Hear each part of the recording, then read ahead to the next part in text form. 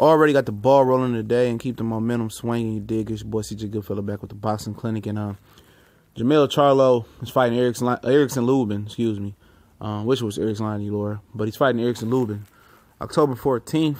And I dubbed this fight a potential fight of the year candidate, in my opinion. But Jermell Charlo still at 154-pound junior middleweight. Charlo, WBC green belt guy, Charlo, says, how the fuck does Erickson Lubin get a shot at my title? And, simply, Al Haymon. That's what it is, Al Haymon. His resume is piss poor, but at the end of the day, he's only 21 years old. He'll be 22 by fight night. Hasn't fought anybody. The guy that he fought to be the mandatory to, Charlo's belt, had a long layoff before that. He was pretty awkward, but he's coming off a real long layoff.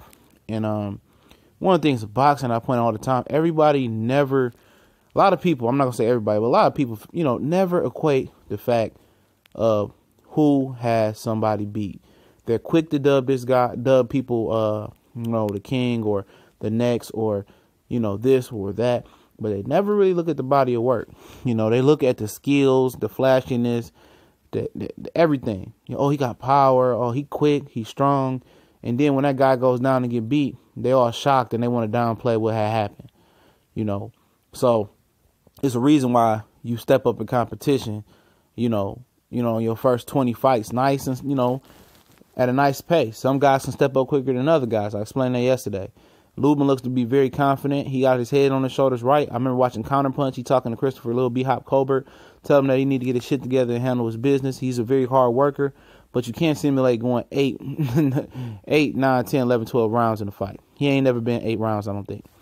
And, and Charlo is very much in disarray because by him fighting for the vacant title versus John Jackson, he had to do 2 mandatories. He had to do the Charles Hadley mandatory. Now he has to do the Erickson Lubin mandatory. And why he's so, dumbfounded how Lubin got a title shot, even though he really knows how. But because he had Al Haymon, and him and his brother who turned pro about 18, 19 years old, they had to work. At 21 years old, they wasn't getting shots. At 25, he was calling everybody out, wasn't getting shot. Had to fake Gabriel Rosado, had to fake Demetrius Hopkins, had to fake all the tough guys. The tough, stepping stone type guys. And, he had to work for his. He really had to work for it. He didn't win his world title until last year. He was 26 years old. And Erickson Lubin, 21, who ain't did a tenth of what he had did, early in his career, is getting a fast route to a title very, very quickly, And Charlo just can't fathom why and how did this guy get a title shot? He said I should be fighting McGill Cotto. He said I'm a businessman, but I got to, when I go into business mode, I got to snap back in the fighter mode. I got to do what I got to do that's in front of me. I got to beat this guy. And I just got to continue to beat everybody up. And he's played his dues, man. He really has. His brother got a title shot before him. He had a better body of work than Jermell, and he got to pay his dues, and continue to pay his dues. Nothing was handed to this Charlo brother. I'll tell you that right now. I thought Jermell got handed the IBF belt. But that's a conversation for another day. But this guy, he fought a lot of tough competition, man. Vanez, a lot of guys people don't want to fight even today. And for him to look at a guy 21 years old and Erickson Lubin and him getting handed a title shot, of course he going to be dumbfounded. Of course he going to be irate. Of course he going to be angry. Of course he going to be fuddled. He don't understand how. He really don't. Because he had it the hard way. He wasn't people understand how Canelo got a fast track. Been pro since 16, pushed by Golden Boy. He Mexican, got a large fan base. Erickson Lubin, no fan base. Black African American, Black American, I don't use African American term, but Black American from South Florida. I'm from Florida. He's from Central Florida. How does he get a fast title shot? He don't really have no pull amongst the fans, but he got to do what he got to do. We got to beat this guy and be prepared to get no credit. He got to be prepared just to continue to fight the tough, the hard battles nobody wants, the mandatories, 2 straight mandatories because he fought for a vacant belt. He's really in a pickle, but going through these hard times and these tribulations for him is going to make him just a better fighter at the end of the day.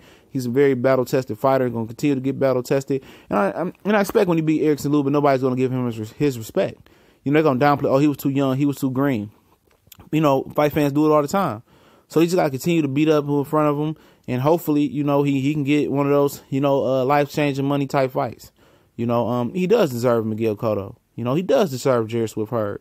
He does, you know, he deserves Demetrius Andrade. He deserves a fight of some magnitude that can actually propel him to another star status. But got to wait his turn and continue to pay his dues. But we gone.